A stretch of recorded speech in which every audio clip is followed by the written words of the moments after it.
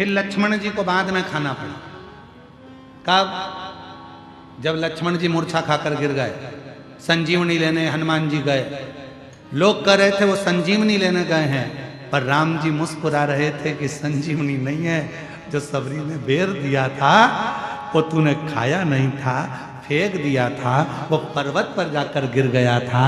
उस पर्वत पर बेर का जो पौधा लगा था, उस पौधे की पत्ती का रस तुझे निचोड़ कर दिया गया, तब जाकर तू उठ कर बैठा, तब नहीं खाया, अब खा।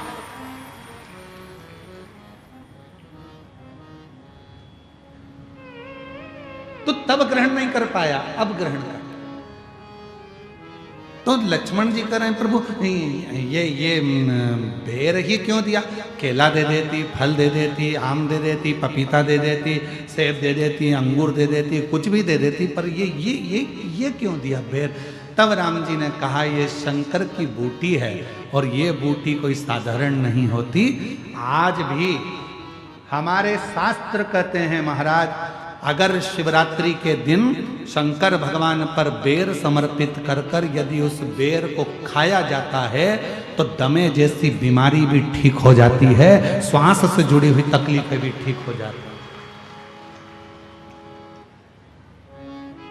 व्यक्ति को चलने में हाँफड़ी भराती है, थोड़ी दूर चलकर बहुत तेज हाँपने लगता है, उसके दम भराने लगता है, सांस फूलने लगती है और उसको 10 जगह पर बैठना पड़ता है। किसी से बात करते करते उसको दम भरा जाती है, ठंड का समय है उसको दम भरा जाती है, सांस भरा जाती है, बोल नहीं पाता है, उसको बार बार उसके लंग्स इन्फेक्शन होने लगते हैं। उस व्यक्ति को शिवरात्रि के दिन शंकर भगवान पर एक बेर चढ़ाकर उस बेर को अवश्य खाना चाहिए। तो वो फेफड़े की बीमारी हो, लंग्स की बीमारी हो, चाहे कैसा भी हमारा दमा भरा ना हो, वो ठीक हो जाता है। एक बेर जो मेरे भगवान राम जी को शबरी ने दिया वो बेर साधारण नहीं था, जो माँ पार्वती जी ने शंकर जी को समर्पित किया वो बेर साधारण नहीं था, जो माँ सती जब भगवान शंकर के साथ में कुंभज ऋषि के आश्रम में कथा श्रवण करने के लिए गई और बाबा कुंभज बाबा के आंगन में से एक बेर उनकी आज्ञा से तोड़कर शिव को समर्पित करती हैं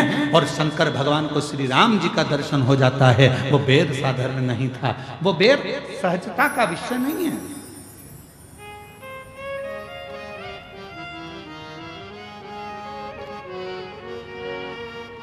वो बेर साधारण नहीं है जिस बेर के पौधे के नीचे तुलसी बाबा को श्री हनुमान जी महाराज के साक्षीकरण हो जाता,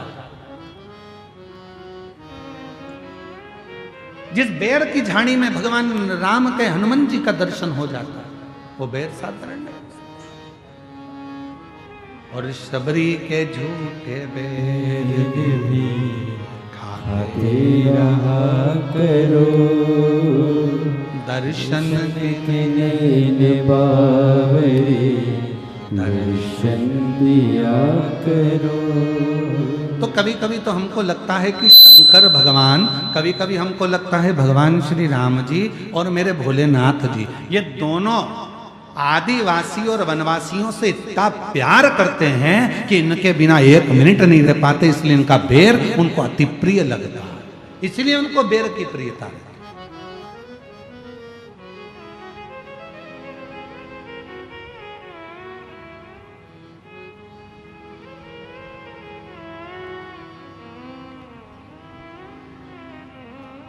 कोई भोलेनाथ जी को बूढ़ा देव कहता है, कोई कुछ कहता है, कोई कुछ कहता है, कोई गरम देव कहता है, कोई ये देव कहता है। शिव का वही स्वरूप, आप किस स्वरूप में पूछ रहे हैं, आप किस स्वरूप में मान रहे हो, ये आपके ऊपर निर्भर करता है। भगवान शंकर का वही स्वरूप, आप किस रूप में पूछ रहे हो ये आपके ऊपर निर्भर करता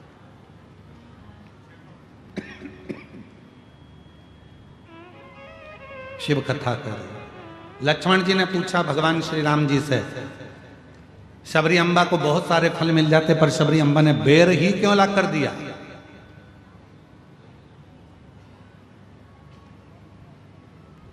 बेर ही क्यों ला कर दिया?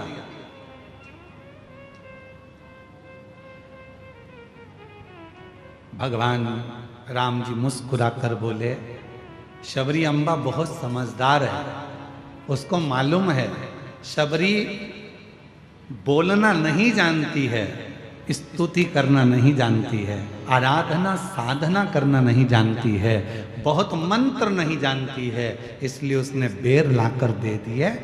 और बेर भी झूठे कर दिए हैं कि मैं नहीं बोल सकती अपने मुख से मेरे दिल की बात, ये बेर बोलेंगे आपसे। क्योंकि बेर बताता है कि जैसे मैं झाड़ियों में रहा, मैं उलझनों में पड़ा रहा, आखिरी में आपने मुझे स्वीकार कर लिया।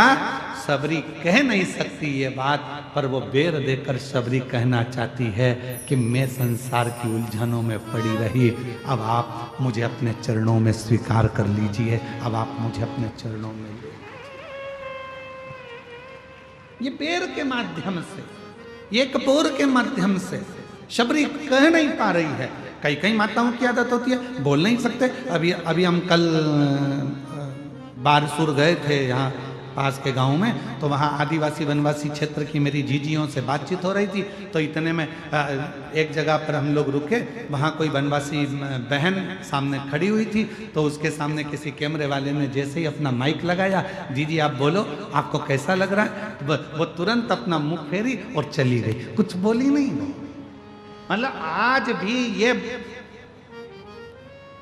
क्षेत्र, बस्तर क्षेत्र का आज भी वनवासी आदिवासी इतना पवित्रता का जीवन जी रहा है कि तुम्हारी आज की भाग दौड़ से वो बिल्कुल अलग है और अपनी जिंदगी को सात्विकता के साथ जी रहा है। उसे मतलब नहीं है तुम्हारे यहाँ कितने फ्रिज हैं, उसको तो पानी का मटका भला है। उसको मतलब नहीं है कि तुम्हारे यहाँ कितनी वॉशिंग मशीन है, उसको तो हाथ का सिलवट्टा अच्छा लग रहा है। उसको मतलब नहीं है कि तुम्हारा 4 मंजिला मकान कैसा है, उसको तो अपना झोपड़ा आनंद दे रहा है। उसको मतलब नहीं है कि तुम्हारे यहाँ कितने कालीन बिछे हैं, उसको तो दरी फटी हुई उस पर सोने में उसको आनंद मिल रहा है। आपको बीपी और शुगर की गोलियां खाना पड़ रही है, उसको शुगर और बीपी की गोलियां नहीं, उसको तो भगवान की अविरल भक्ति से वो स्वयं कैसा भी पानी पी ले, खड्डे में भरा हुआ पानी, मटके का पानी, कुएं का पानी, हेडपंप का पानी, और ना जाने कितने दिन का किसी खड्डे में पानी भरा है, वो भी अगर पानी नहीं मिलता तो भर कर ले आती है, अपने बच्चों को पिलाती है, खुद भी पीती है और बीमार नहीं पड़ती। क्यों? क्योंकि उसकी रखवाली करने वाला वो भैरम देव, उसकी रखवाली करने वाला बूढ़ा देव, उसकी रखवाली करने वाला मेरा महादेव साक्षी में खड़ा। उसको जरूरत नहीं है तुम्हें देखना पड़ता आरओ का पानी है कि नहीं, बिस्लेरी का पानी है कि नहीं, बॉटल कैसी है, बॉटल कैसी है, बच्चा छोटा है कुनकुना पानी दे दो, बच्चा ऐसा है, बच्चे की माँ का जापा हुआ है, उसका ध्यान रखना, ठंडे पानी में हाथ मत डालना, ये मत करना। उसके घर में कोई करने वाला नहीं है, तो भी बच्चे को जन्म देकर दूसरे दिन उठकर अपने काम में लग जाती है, एक गुड़ की खोड़ी लेकर खा लेती है, तुम्हारे जैसा लड्डू बनाकर नहीं खाती जापे का। 1 महीने तक लड्डू नहीं सूती, नहीं खाती, एक गुड़ की खोड़ी ली, इतना सा नारियल का खोपरा मां दंतेश्वरी की कृपा से लिया, खाया और अपने बच्चे को बड़ा करने लगती है। और छोड़ दिया रोड पर, बच्चे को सुला दिया। तुम्हारे बच्चे को जरा सा सुला दो, अरे मम्मी धूल लग जाएगी, अरे मम्मी एलर्जी हो जाएगी, और उसकी औलाद दिन भर आनंद से मिट्टी में पड़ी हुई है, खेल रही है, और तुम्हारी औलाद पिंजरे में रह रहकर पिंजरे की हो गई, और उसकी औलाद शेर होकर आज भी जंगल में भ्रमण कर रही है। ये वनवासी होते हैं, ये आदिवासी होते हैं। सीखो, अरे ओ दंतेवाड़ा वालों सीखो।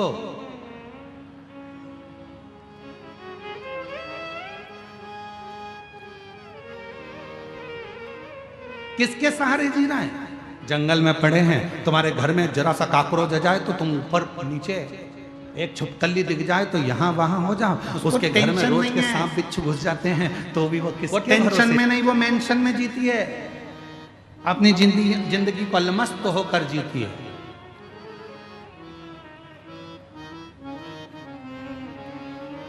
सास कह दे तुमको बेटा 1 गिलास पानी ला दे तो तुम्हें चक्कर आ जाते हैं, और वो अपने सिर पे लकड़ी का गड्ढा रखकर, बच्चे को साइड में रखकर पूरा बोझा ढोती हुई बढ़ती चली जाती है।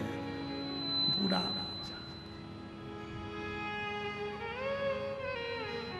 और एक हमसे हमारा घर नहीं संभल रहा। क्या मस्त की जिंदगी है जी। मेरे वनवासी आदिवासी क्षेत्र के जितने मेरे बहन भाई हैं, उन सभी को पवित्र चरणों को नमन करता हूं कि आप अपने संस्कारों को नहीं भूले हो और आप अपनी भारत माता की सभ्यता को नहीं भूले हो, आप अपने सनातन को नहीं भूले हो। बस इनको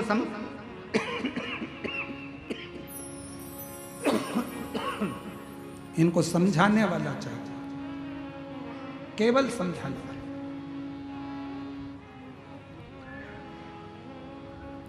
दूसरे धर्म के लोग इनसे लाभ उठा रहे, दूसरे धर्म के लोग इनसे फायदा उठा रहे।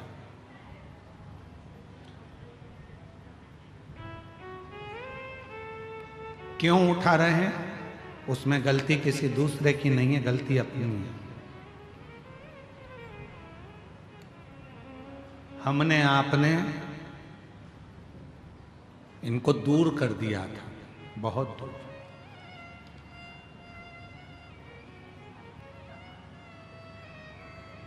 आज लोग कहते हैं हम घर वापसी करा रहे हैं।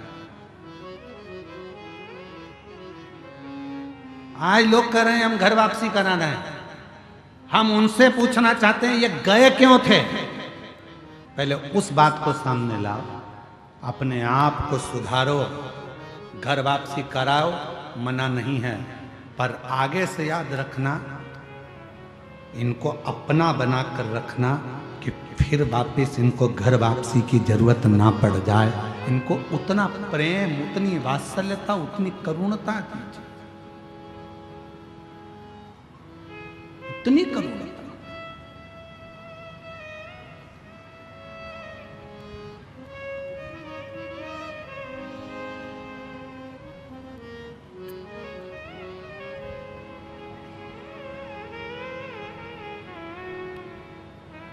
महाराज,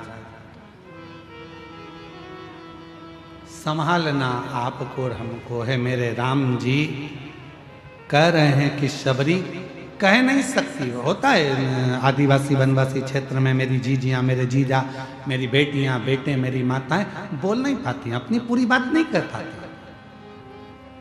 तो वो बेर देकर, शबरी अम्बा एक बेर देकर राम जी को उस बेर को झूठा कर कर कह रही है कि मैं नहीं बोल सकती। बेर झूठा करना मतलब मैं नहीं बोल रही हूं, अब मेरी जगह पर ये बेर बोलेगा, तो झूठा करा और दिया कि मैं नहीं बोल सकती, ये बोलेगा। और राम जी ने उस बेर को लिया, देखा।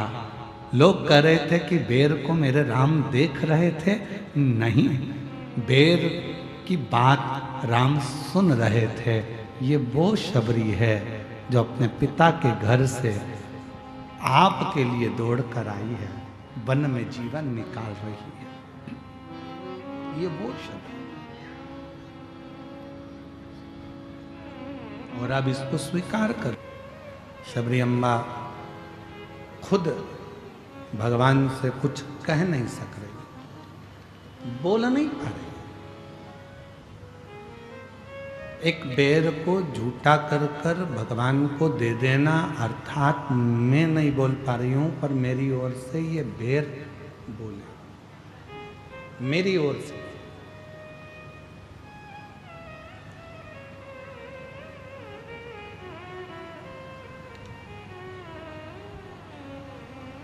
हम नहीं बोल सकते, पर जो तुमने भगवान को समर्पित करा, आप सबको मालूम है बेलपत्री शिव जी को क्यों चढ़ाई जाती है? जम के बोलो जरा, भगवान को प्रिय है क्या इसलिए बेलपत्र चढ़ाते हो?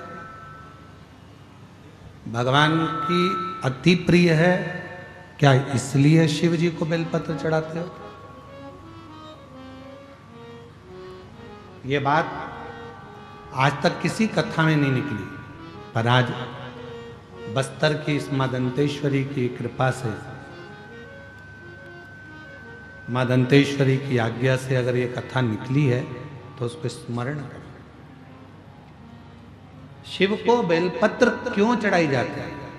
किस लिए? शिव को प्रिय है इसलिए, पार्वती जी का स्वरूप है बेलपत्र इसलिए, मां लक्ष्मी का स्वरूप है बेलपत्र इसलिए, या भगवान शंकर वन में निवास करते हैं, जंगल में रहते हैं तो बेलपत्र से उनका श्रृंगार हो जाता है इसलिए? नहीं। शिव को बेलपत्र क्यों चढ़ाई जाती है? हम जब अपने मन का कोई बात खुद नहीं कह सकते तो ये बेलपत्र को जब हम स्पर्श कर कर हृदय से बाबा को दिल से, भले कुछ मत बोलो पर आप एक बेलपत्र जब शिव को चढ़ाते हो तो आपकी जगह ये बेलपत्र शंकर भगवान को शिवलिंग पर चढ़ते से ही आपके बारे में कहना प्रारंभ कर देती है कि आपकी मन की दशा क्या, आपके मन का भाव क्या, आप क्या कहना चाहते हो, क्या बोलना चाहते हो, क्या वर्णन करना चाहते हो। तो कहा गुरुजी हम कैसे मान सकते हैं? कोई प्रूफ दीजिए। आज के लोग थोड़ी ना मानेंगे कि बेलपत्र से ऐसा है कि आप कुछ मत बोलो और बेलपत्र शिव जी को चढ़ा दो और शंकर भगवान उस बेलपत्र को स्वीकार करके समझ जाएंगे। इसका कोई प्रूफ है? बेर दिया, बेर ने भगवान राम जी से कहा कि सबरी की दशा ये है। बेलपत्र दी तो बेलपत्र ने भगवान शंकर से कहा कि इस भक्त की दशा ये है। इसका कोई प्रमाण मिलेगा क्या? तो द्वापर की कथा में भगवान सुदामा जी के चरित्र में मिलेगा।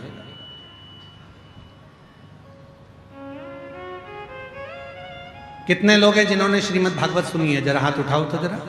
जिन्होंने भागवत सुनी, भले टीवी पर सुनी चाहे कहीं पर भी सुनी, सुनी तो है ना? रखो।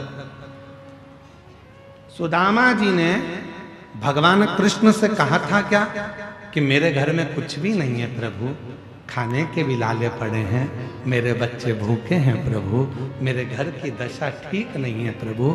कहा था सुदामा जी ने? जम के बोलो जरा। नहीं था।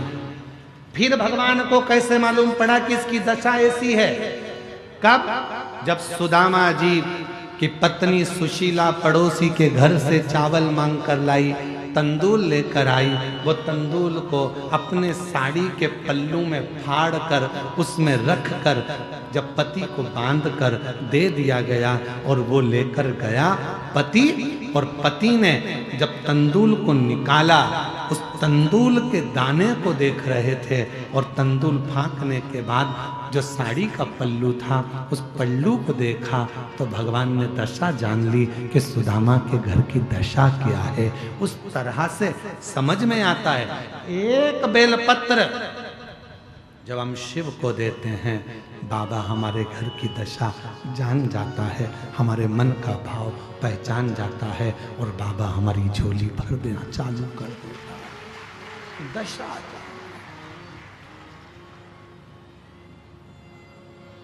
अपने अपने भीतर की बात कैसे परमात्मा से करें?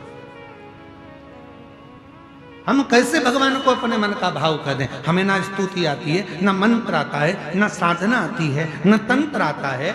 और एक और प्रसंग सुन लीजिए। आज मां दंतेश्वरी की कृपा से एक प्रसंग और सुनिए, कितना सुंदर प्रसंग है। जब भोले बाबा ने प्रथम बार मेरे भोलेनाथ ने डमरू बनाया और डमरू का नाद किया तो उसमें से स्वर निकलना प्रारंभ हुए। पहली बार सृष्टि का संतुलन मेरे भोलेनाथ ने करना प्रारंभ कर दिया। पहली बार पार्वती जी ने पूछ लिया, बाबा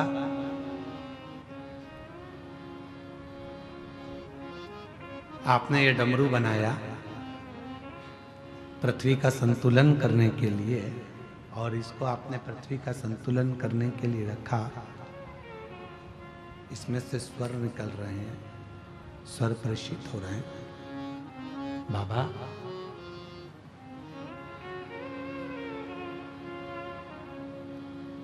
आप कैसे दुनिया के शब्द को श्रवण कर लोगे, कैसे दुनिया के शब्द को स्वीकार कर लोगे?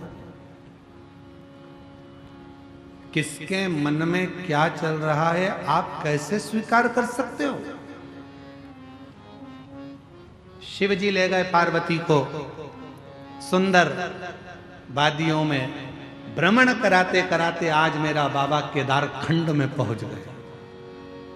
केदार खंड में, और बाबा केदारनाथ जी का जो शिला, सुंदर सुंदर पर्वत कंदरा, उत्तराखंड की देवभूमि, जहां पर बह रहे थे झरने, उन झरनों में से पानी गिर रहा था। तब एक वृक्ष का पत्ता पड़ा हुआ था सूखा, उस वृक्ष के पत्ते पर एक एक पानी की धीरे धीरे तरंगे गिर रही थी और पत्ते में से स्वर निकल रहा था। मेरे भोले बाबा पार्वती से कह रहे थे जरा कान लगा कर सुनो, क्या बोल रहा है, क्या बोल रहा है, कान लगाओ, सुनो, श्रवण करो, सुनो पार्वती वो क्या बोल रहा है। पार्वती को कुछ समझ नहीं आया, पार्वती कुछ समझ नहीं पाया, समझी नहीं मां। माता पार्वती जी जान नहीं पा रही थी।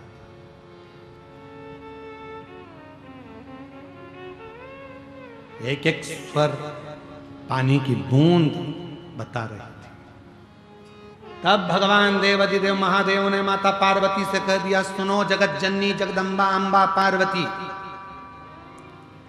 जल की धार व्यक्ति ना बोले, जो जल की धार मुझ पर पड़ती है, मैं उस धार से समझ जाता हूं कि गंगा क्या कहना चाहती है, गंगा के शब्द क्या है,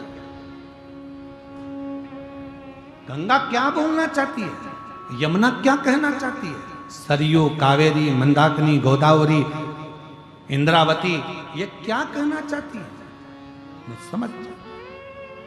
मेरी जीजियों, मेरे जीजाओं, मेरी बेटियों, मेरे बेटाओं, मेरी माताओं, मेरे बुजुर्ग, माता पिता, ध्यान रखें इस चीज के लिए, स्मरण में रहे, आप लोगों के ध्यान में रहे। शंभो शंभो शंभो शंभो शंभो।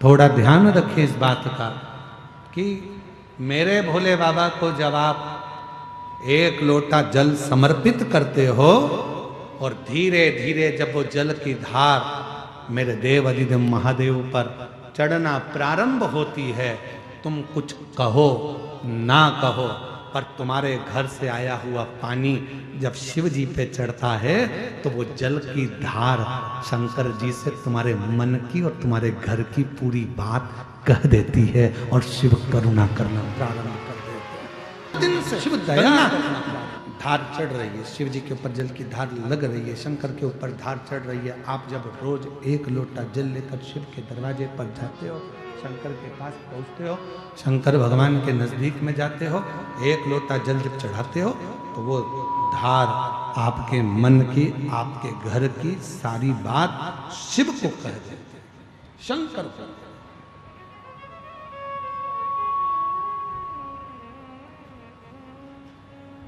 समझ में आया है? बेलपत्री शिव जी को क्यों चढ़ाई जाती है? जम के बोलो जरा। हम अपनी बात बाबा से नहीं कह सकते तो एक ये बहुत दिन हो गए, हाँ हम माता के स्मरण नहीं करे, हम शिव का स्मरण नहीं करे। एक बेलपत्र हमारे मन की दशा को शिव से कह देती है, एक लोटा जल हमारे मन की दशा को शंकर भगवान से कह देता है। और तो और शिव महापुराण की कथा कह रही है, कितनी सुंदर प्रसंग को भगवान वर्णन कर रहे हैं। वेद व्यास जी ने लिखा, कुंभज ऋषि के आश्रम में, अगस्त ऋषि के आश्रम में भगवान शंकर माता सती को लेकर कथा श्रवण करने के लिए पहुंचे और कुंभज ऋषि कथा कह रहे थे, भोलेनाथ जी को भी देख रहे थे और सती माता को भी देख रहे थे। उस समय पर सती मैया कुंभज ऋषि से कुछ नहीं कही, तो भी कुंभज ऋषि, तो भी कुंभज बाबा सती के हृदय के भाव को समझ गए थे। सती के हृदय के भाव, माता सती के मन के भाव को समझ गए।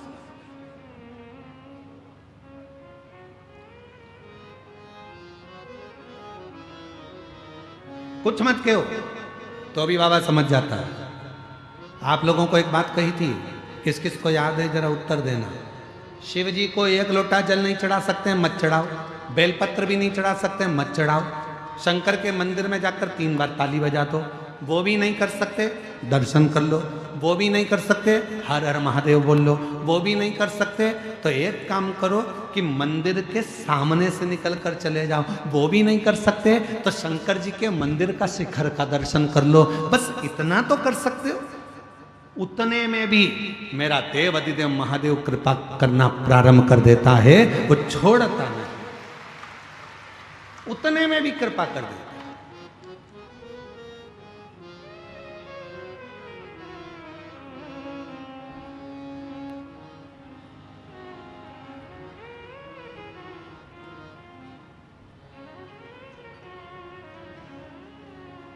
बस उसका स्मरण कर लिया और वो कृपा करना प्रारंभ कर दिया। कृपा, कितनी सुंदर कथा है, थोड़ा ध्यान लगाकर सुनिएगा।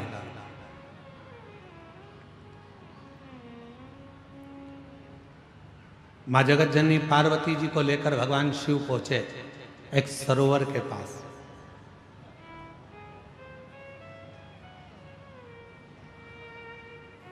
पार्वती जी हाथ जोड़कर बोलने लगी कि मुझे तुम्हारा पाशुपत्य अस्त्र नहीं चाहिए,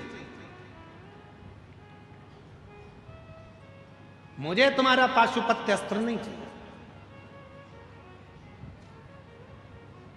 केवल 2 चीज चाहिए, एक पाशुपत्य व्रत दे दो मुझे और एक पाशुपत्य योग दे दो।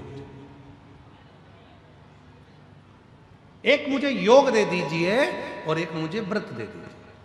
तो शंकर भगवान ने फिर कहा कि देखो पार्वती, तुम एक काम करो कि इन 3 में से कुछ एक मांग लो। तुम्हें पाशुपत्य अस्त्र नहीं चाहिए तो तुम या तो पाशुपत्य योग ले लो या पाशुपत्य व्रत ले लो। पार्वती जी ने कहा, भोले बाबा, जब आपसे मैंने शादी नहीं करी थी, जब मेरा विवाह नहीं हुआ था, तब मैंने आपके बहुत व्रत करे। तो अब मेरा मन करता है, मेरा दिल करता है कि आप व्रत की जगह मुझे पाशुपत्य योग सिखा दो। ठीक है। शिव जी बैठ गए, सरोवर का तट था, पार्वती मैया सामने बैठ गई और बाबा भोलेनाथ जी पार्वती जी को अपना योग सिखाने लगे और योग का ज्ञान देने लगे। ध्यान दीजिएगा थोड़ा, योग सिखा रहे हैं, योग का ज्ञान दे रहे, दोनों चीज चल रही। अब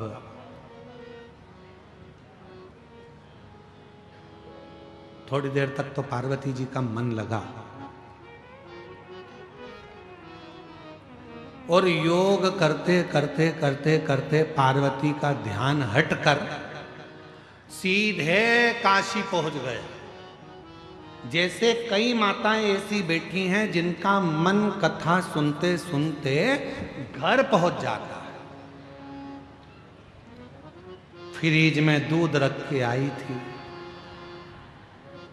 बहू पूरी की चाय बना के नी पी जाए।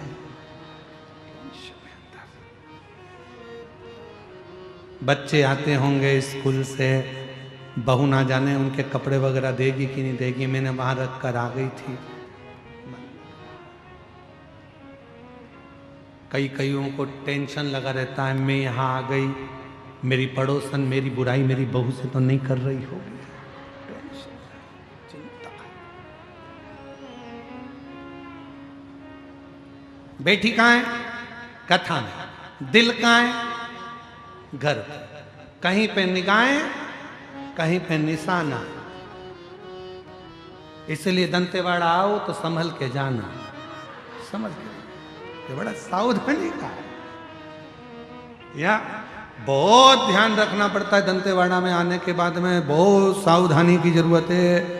कहीं पे निगाहें, कहीं पे निशाना, बहुत सावधानी से दंतेवाड़ा आना, और यहाँ फंस गए तो दूसरी बार फिर नहीं जाना, बहुत मुश्किल।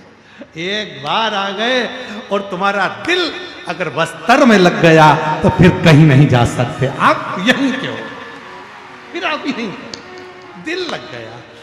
तुम देखना कई लोगों की ड्यूटी लगते लगते या नौकरी करते करते 8-10 साल हो जाते हैं ना, फिर वो सोचते हैं कि अब मन नहीं करता बस्तर को छोड़ने का, भले वनवासी क्षेत्र, आदिवासी क्षेत्र, पर शांति बहुत है, बहुत शांति, बहुत शांति मन की, पड़ोस वाली नहीं, बहुत शांति, मन बहुत शांति, हृदय शांत है। यहाँ व्यर्थ का कुछ फालतू की चीजें नहीं है, यहाँ तो केवल सीधे साधे लोग हैं, अलमस्त रहते हैं, अपनी छोटी मोटी व्यापार कर लेते हैं, छोटा मोटा दुकान कर लेते हैं, छोटा मोटा काम करके अपनी गुजारा कर लेते हैं, और बड़े प्रेम से अपनी आनंद के साथ, सब दूर किलो से सामान मिलता है। बस्तर में हमने देखा, जब हम अभी वो गांव गए थे तो वहाँ पर मिर्ची का इतना बड़ा ढेर, टमाटर का इतना बड़ा ढेर, और मूली का इतना बड़ा ढेर, हरे धने का इतना बड़ा ढेर। जब हम बहुत छोटे थे तब हम ऐसा देखते थे, जब गांव के लोग बेचने आते थे तो ऐसे ढेर लगा लगा के, ढेरी 5 रुपए की ढेरी, 5 रुपए की ढेरी, 5 रुपए की ढेरी, ये पहले चलती थी। पर आज भी हमारे बस्तर में आज भी ढेर से ही बिकता है, आज भी ढेर से, ढेरी लगी,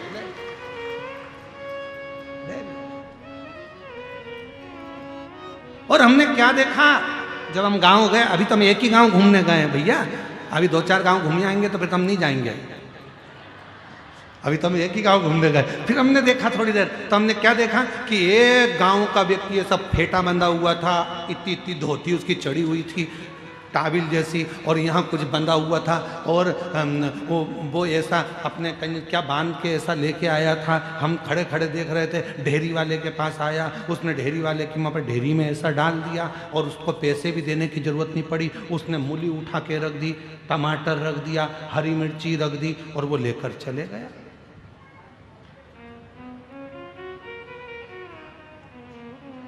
हम पहुंचे सब्जी वाले के पास, हमने ये बिना पैसे की क्या चीज है? अरे तुम्हें क्या मालूम, गोंद है, ये सब्जी से ज्यादा महंगी है। मतलब आज भी आदान और प्रदान चल रहा है कि तुम दोगे तो हम देंगे। इससे जोरदार बस्तर और क्या होगा? प्यार दो और प्यार लो, इससे जोरदार बस्तर और क्या होगा? बस्तर प्यार देता है, बस्तर करुणा देता है, बस्तर वात्सल्यता देता है, और छत्तीसगढ़ का ये बस्तर जीने की कला देता है। आप जियो या आपकी जिंदगी प्यार। ए छत्तीसगढ़ वालों, तुम्हें गौरवान्वित होना चाहिए कि ये बस्तर तुम्हारा दिल है, ये बस्तर तुम्हारी जान है, और ये बस्तर तुम्हारी जिंदगी है। ये वो बस्तर है जो प्रेम, करुणा, वात्सल्यता और जीने की कला देता। और कई कई लोग बस्तर में रहने के बाद भी आंख में आंसू भर के हम दूसरी जगह चले जाएंगे। काय को जाएंगे? यहीं छाती पे मूंग दलेंगे। काय को जाएंगे? यहीं रहो। कहाँ जाना? हम ना जाए, हम कहीं नहीं जाएंगे, हम तो यहीं, कहीं नहीं, बस यहीं यही। पार्वती चलो तुम्हें योग, पार्वती का हृदय विचलित हो जाए, मन चले। ये मन जो है ना, ये बड़ा विचलित है, बहुत जल्दी भटक जाता है, बहुत जल्दी। कथा दिल लगाकर सुन रहे हो, इतने में से कोई निकल कर गया, अभी तक मन था कथा में, जैसे कोई निकल कर गया।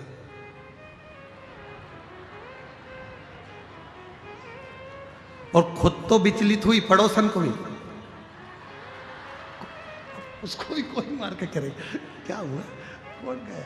इतने में तो पड़ोसन बहुत समझदार थी, उसने वो ठूस समझ, बेटी कथा सुन, चल बहुत दिन हो भोले से मन लगा। ये मन बड़ा चंचल है, कैसे तुझे समझाऊं, जितना इसे समझाऊं उतना ही मचलता है।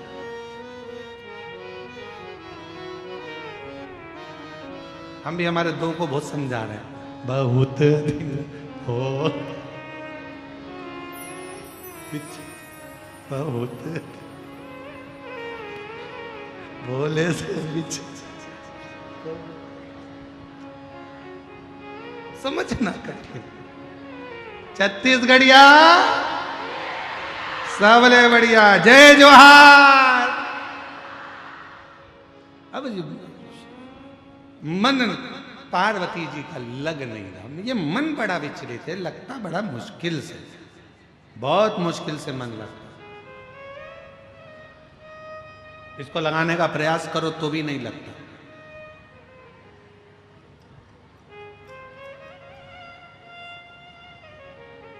एक पति की पत्नी की नौकरी लग गई रायपुर में सूचना विभाग में। उसका नाम था विनीता, और एक और पति की पत्नी थी, उसका नाम भी था विनीता। इसकी नौकरी लगी।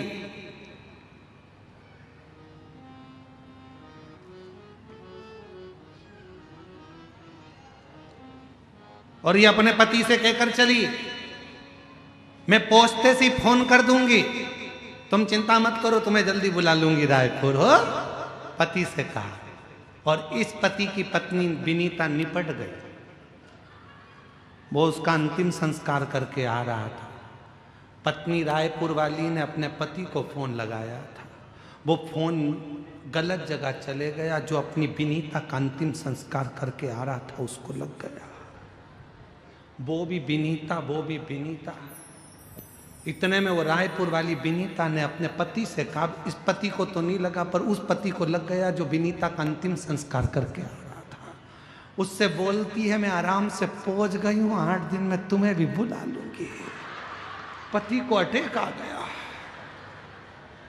लोगों ने फेफड़े दबाए, खूब प्रेशर दिया, उसे पानी का छींटा देके उठाया। हुआ क्या, ऊपर पहुंच गई और फोन करके बोल रही है, 8 दिन में मुझे भी बुला लेंगे।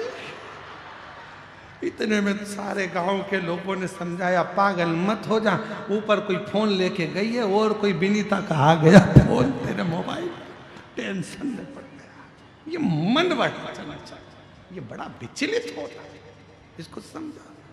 बहुत दिन हो गए शिव से बहुत दिन हो गए भोले से। उसको मिलना कठिन है, समझे।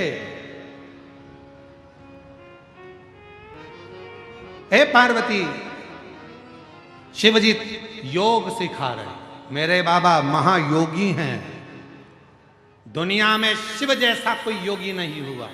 शिव योग सिखा और मां पार्वती योग सीख रही, पर ध्यान भटक गया।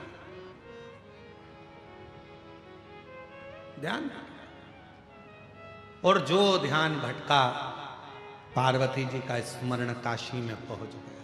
काशी, शिव जी लगे योग सिखाने में, ज्ञान देने में, पार्वती का ध्यान गया काशी में। तभी एक मछली जिसके गर्भ में बच्चा था, मछली के गर्भ, और मछली के गर्भ में जो बच्चा था, मछली ने स्थिर होकर शंकर के उस योग को पूरा सीख लिया। गर्भ में जो बच्चा था वो योग सीख रहा था।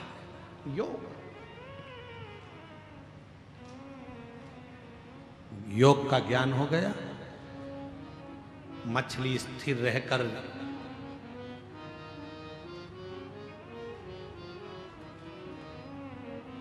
योग सीख रहा है बच्चा।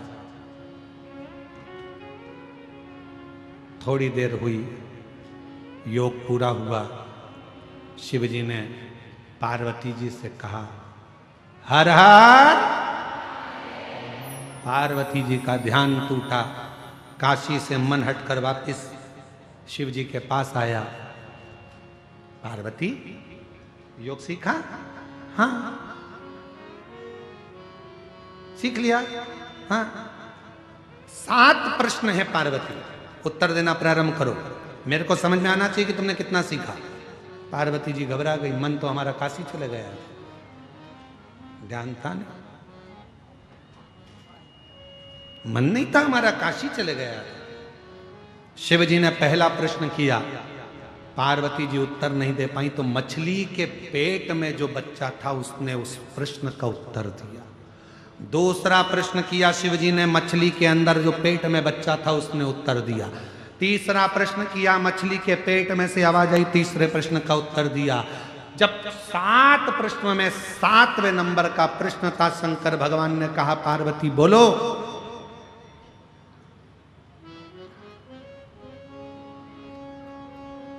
जन्म मृत्यु व्याधि बीमारी रोग आदि से मुक्त करने का सबसे सुंदर तरीका कौन सा है? पार्वती जी मौन थी, तभी उसी पल मछली के पेट में से फिर आवाज आई, केवल एक शिव नाम सारी व्याधियों को, दुख को, तकलीफ को मिटा देता है।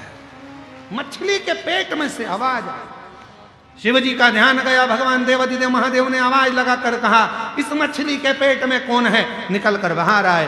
तभी मछली के उदर से एक बालक प्रकट हुआ।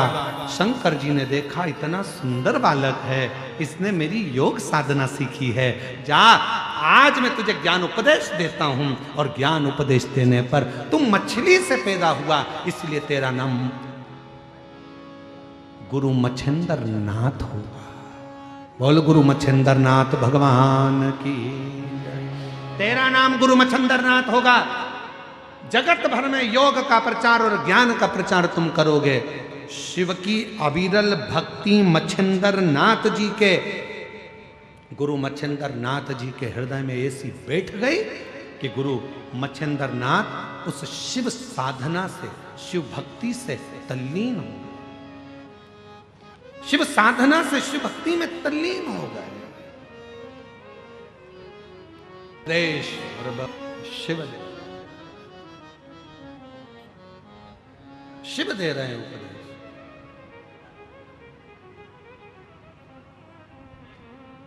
ये माता जी बहुत दूर से ऐसे ही दंडवत करते करते आ रही हैं। हम जब आ रहे थे रास्ते में, तभी भी ऐसी ही दंडवत करती आ रही थी। इधर से ही लिया उनको, इधर से आ जाओ, इधर से, इधर से। कोई कामना थी, भोले बाबा ने पूरी कर दी। तो बोला था कि जहाँ कथा होगी दंडवत करती करती जाएगी। आज बाबा की कथा में यहाँ योग लगा और उनका आगमन हुआ। शिव कृपा ज्ञान के रूप में तुम में गया है, इसलिए मच्छिंद्र नाथ तुम कोई अलग नहीं, शिव का ही एक स्वरूप हो गए और लोग तुम्हें गुरु मच्छिंद्र नाथ के नाम से पूछेंगे। गुरु मच्छिंद्र, बोल गुरु मच्छिंद्र नाथ भगवान की। शिव का अंश गुरु मच्छिंद्र नाथ चले, चलते चलते चलते चलते एक बहुत समय के बाद एक वन क्षेत्र में पहुंच गए। एक गांव के अंदर प्रवेश किया गुरु मच्छिंद्र नाथ जी ने, तो एक महिला, एक स्त्री दौड़ती आ गई। बाबा बाबा, खूब रोई। तुम पूछा, गुरु मच्छिंद्र नाथ ने पूछा कि तुम क्यों रो रही हो, क्यों रो रही हो? तुम्हारे रोने का कारण क्या है?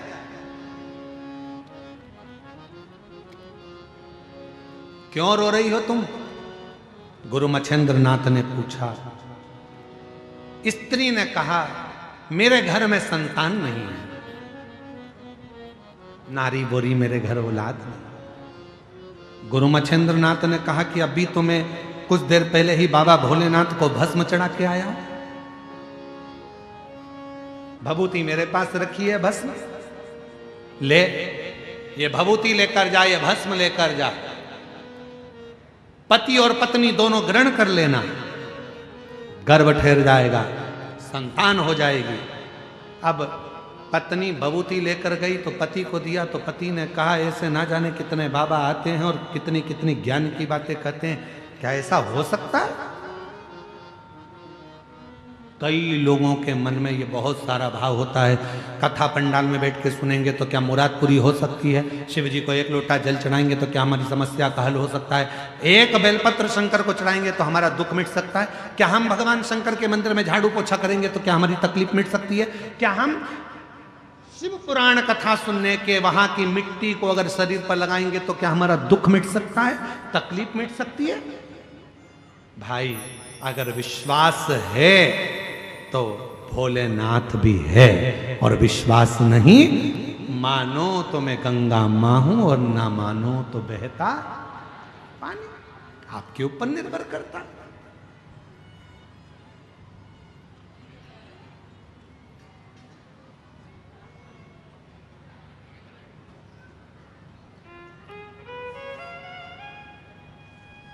निर्भर आपके ऊपर करता है।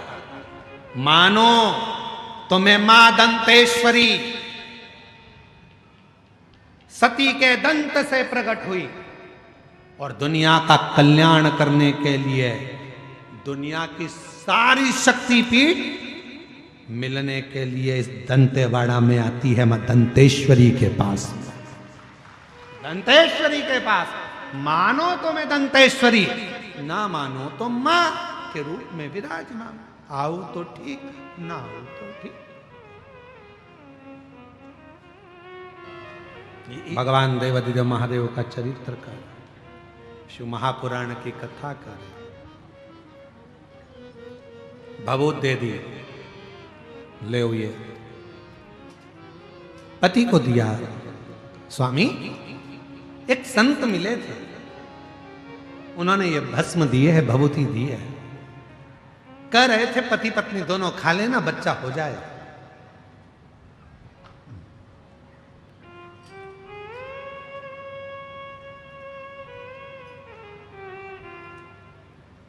कई लोग कहते हैं क्या गुरु जी भगवान को मानना जरूरी है, क्यों नहीं?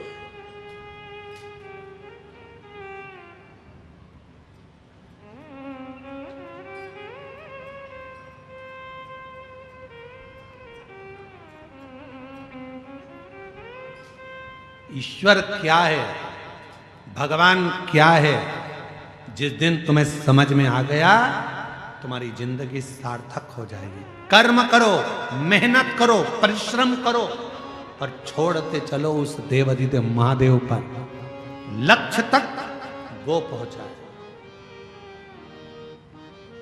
आज का पढ़ा लिखा जमाना है, जरा सा थोड़ा सा लोग पढ़ लेते हैं तो कहते हैं हम ईश्वर को नहीं मानेंगे, हम भगवान को नहीं मानेंगे। थोड़ी अकल लो, वो अंबानी परिवार से थोड़ी अकल लो, करोड़ों का धन है, वैभव है, उसके बाद भी भगवान की भक्ति में हमेशा लगा ही रहते हैं। थोड़ी अकल लो वो बिरला परिवार से, थोड़ी अकल लो किसी अच्छे अच्छे आनंद करने वाले विद्वज्जनों से। थोड़ा सा पढ़ लिए, भगवान को नकार दिया, हम नहीं मानते, हम डॉक्टर बन गए, हम ये बन गए, हम कलेक्टर बन गए, हम ये बन गए, हम परमात्मा को नहीं मानते। मत मानो, जब बीमार पड़ोगे, एक दिन कुर्सी से नीचे उतरोगे, कोई नहीं पूछेगा, तब कमरे में पड़े रहोगे, कोई नहीं पूछने वाला, तब याद आएगा भगवान कौन सा कर्म दंड किया था, भुगता रहा है, जल्दी से ले जा। तब याद आएगा कि ईश्वर क्या होता है। हम नहीं मानते परमात्मा को, हम नहीं मानते भोलेनाथ को, हम नहीं मानते भगवान को। बस थोड़ी सी अध्ययन कर लिया तो सोचा भगवान है ही नहीं, हम कर रहे हैं वो ही सब करेंगे, हम ये करेंगे, हम वो करेंगे। एक बार किसी ने हमको न्यूज़ चैनल वालों ने बुलाया, बोलते आप साइंस को नहीं मानते? हमने कहा पूरा मानते, पूरा मानते।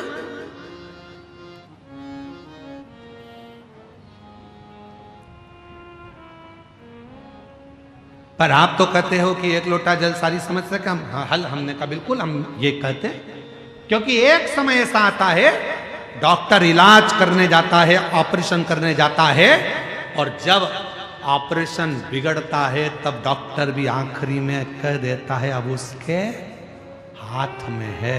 मतलब डॉक्टर को भी मालूम है कि एक डॉक्टर और बेटा है जो तुरंत निर्णय पलट देता है और कुछ ना कुछ अच्छा कर देता है, ये उसको भी मालूम है।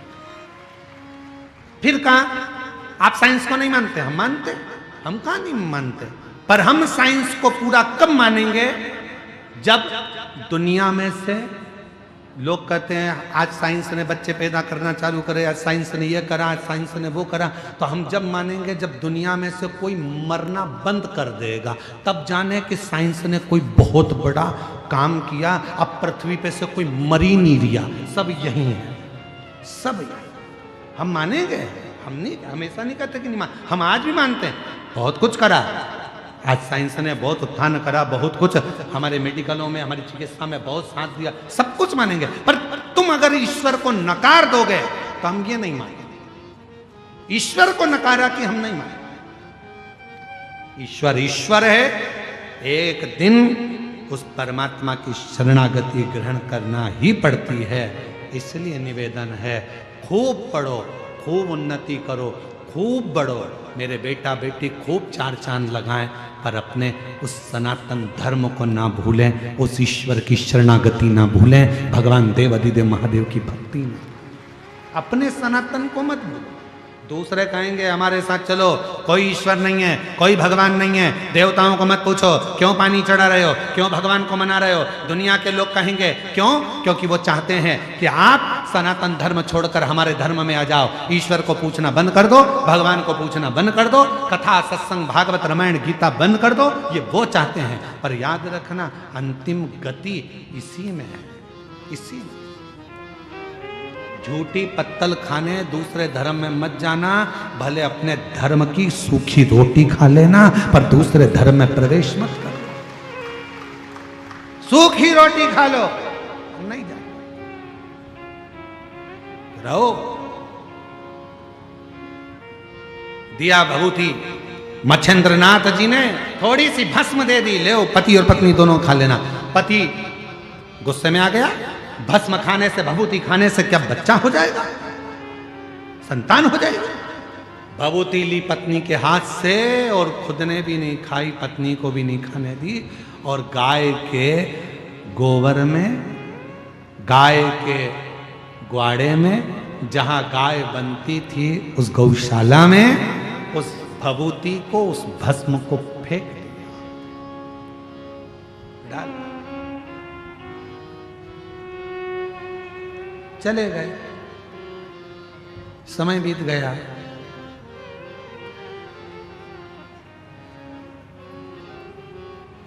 बारह साल निकल गए। कितने? जम के बोलो जरा। 12 साल निकल गए। 12 साल के बाद गुरु मच्छेंद्रनाथ उस गांव में फिर आए, और गुरु मच्छेंद्रनाथ जी ने आकर प्रवेश किया। वो महिला दिखी, महिला से पूछा, मां तुम्हारे घर में तो अब बेटा आ गया होगा? मां बोली, नहीं, मेरे घर संतान नहीं। संतान नहीं? नहीं। क्यों? भस्म दी थी वो नहीं खाई, विश्वास नहीं था। धर्म पत्नी ने, कोई स्त्री ने कहा, बाबा मेरे पति ने हाथ में से वो भस्म लेकर, वो भभूति लेकर गाय के ग्वाड़े में गोबर के ऊपर फेंक दी। गाय का गोबर वो खले में पड़ा था, उसी में वो भस्म पड़ी। मच्छेंद्रनाथ जी ने कहा, यह हो ही नहीं सकता कि मैंने भस्म दी हो शिव का नाम लेकर। कोई शंकर का भक्त यदि कोई वचन कह देता है तो शंकर भगवान को उसे पूरा करना पड़ता है, शिव को पूरा करना पड़ता है। और अगर मैंने भस्म दी है तो तुम्हारे घर में तो औलाद होना था, यह हो ही नहीं सकता। 12 साल बाद आया हूं, तुम्हारे यहां औलाद नहीं? नहीं। गुरु मच्छेंद्र नाथ ने आवाज लगाई, अलख निरंजन।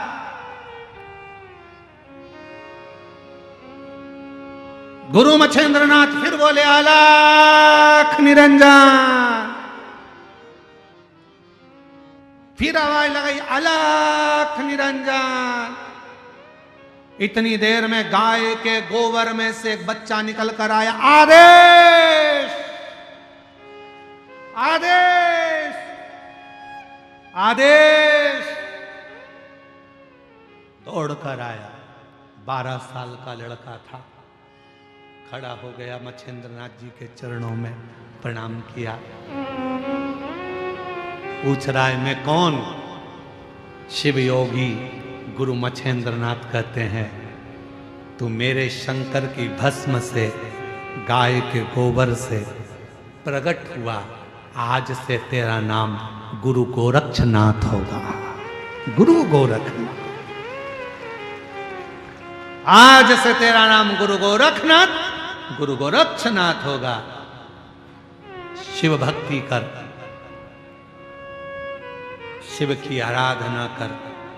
जब शंकर तेरे हृदय में प्रवेश कर जाएगा, जो शिव की उपासना से जन्म लेता है, जितनी जितनी माताएं जिनको 8 साल 7 साल 12 साल 14 साल 24 साल 25 साल 30 साल 50 साल के बाद बच्चे हुए हैं, शिव की कृपा से हुए हैं, मेरी जीजियों घबराना नहीं। तुम्हारे गर्भ में इतने सालों के बाद जब डॉक्टर ने मना कर दिया था कि तुम मां नहीं बन सकते, डॉक्टर ने कह दिया था तुम्हें औलाद नहीं होगी, उसके बाद भी अगर भोलेनाथ ने तुम्हें संतान दी है, तुम्हारे यहाँ पर 4 लड़कियां थी 3 लड़कियां थी, उसके बाद भी अगर भगवान बेटा दे दिए, तुम्हारे यहाँ संतान की प्राप्ति हो गई। कोई बेटा बेटी एक भी नहीं था, बेटी ने भी अगर जन्म लिया, बेटे ने भी अगर जन्म लिया, और तुम्हारे घर में अगर औलाद ने जन्म लिया है कई सालों के बाद, और शिव के पशुपति व्रत से, सफेद आंकड़े की जड़ से, शंकर की कथा से, शिव महापुराण की भूमि की रज से अगर तुम्हारा गर्भ ठहरा है एक लोटे जल से, तो तुम्हारे बच्चे की परवरिश करने की जवाबदारी भी उस शिव की है, क्योंकि शिव ने दिया, शंकर ने दिया।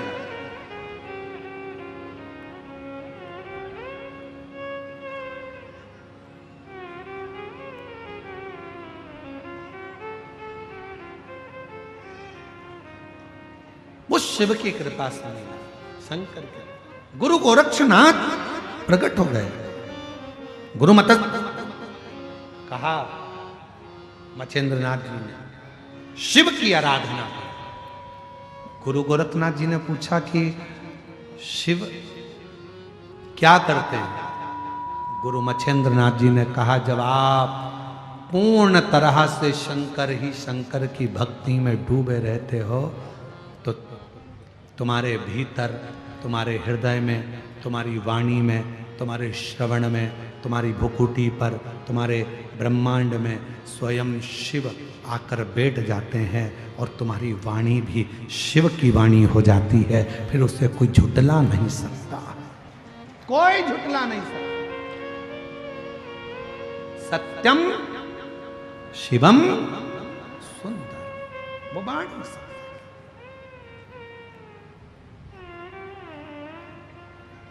उसको प्राप्त किया जा सकता, प्राप्त। महाराज, वक्त और व्यक्ति, इन दोनों को कभी हल्के में मत लेना। हम हमारे पूरे कुबेरेश्वर धाम पर जितने भी बच्चे वहाँ कार्य करते हैं, जितने भी सेवक वहाँ लगे रहते हैं, चाहे हमारे आशीष जी हों, चाहे कोई संगीत वाले हों, चाहे हमारा साउंड वाले हों, चाहे कोई व्यक्ति, दुनिया का कोई भी व्यक्ति, हम सबको एक बात कहते हैं, वक्त और व्यक्ति को कभी हल्के में मत लो। कब कौन सा व्यक्ति का वक्त बदलेगा और कब तुम्हारा वक्त बदलेगा, और कौन से व्यक्ति से किस वक्त तुम्हें जरूरत पड़ जाए उस व्यक्ति की, कोई भरोसा नहीं, कोई वक्त और व्यक्ति, इनको कभी हल्के में नहीं। समय सबका पलटता, सबका। जहां इतना उपद्रव मचता था, गिदम जैसे क्षेत्र में लोग आने के लिए डरते थे, कोई इस क्षेत्र में आना पसंद नहीं करता था। नक्सल के कारण आज नक्सल पर कमांड हुआ। आज पूरा गिदम और दंतेवाड़ा क्षेत्र खुलकर जी रहा है। वक्त बदला, वक्त बदला, समय बदलता, सब कुछ बदलेगा। तुम्हारे पड़ोस में कहीं घूड़ा भी पड़ा है, कचरा पटकते थे, उस कचरे पटकने वाली जगह पर भी बड़ी बड़ी होटल बन जाती है। कभी कभी तुम्हें स्मरण में आता है तो कचरा घर था, कचरा पटकते थे, ऐसी जगह थी वैसी जगह थी, और वहां बिल्डिंग तनी हुई है। वक्त और व्यक्ति, किसी को हल्के में मत लो। छोटे से छोटा व्यक्ति भी है तो उसको प्रणाम करना चालू करो। कब वो अच्छी जगह पर बैठ जाएगा, कब वो बहुत ऊंचे सिंहासन पर बैठ जाएगा, किसी को नहीं मालूम है। कब वक्त पलट जाएगा, किसी को नहीं मालूम है। इसलिए याद रखो, वक्त और व्यक्ति को कभी हल्के में लेकर मत चलो। समझ कर चलना, जो वक्त आज है भगवान की कृपा से अच्छा है, इसी को हम खुश होकर जिएं। कल का इंतजार ना करें। और दुनिया कल के इंतजार में बैठी। कल क्या? महाराज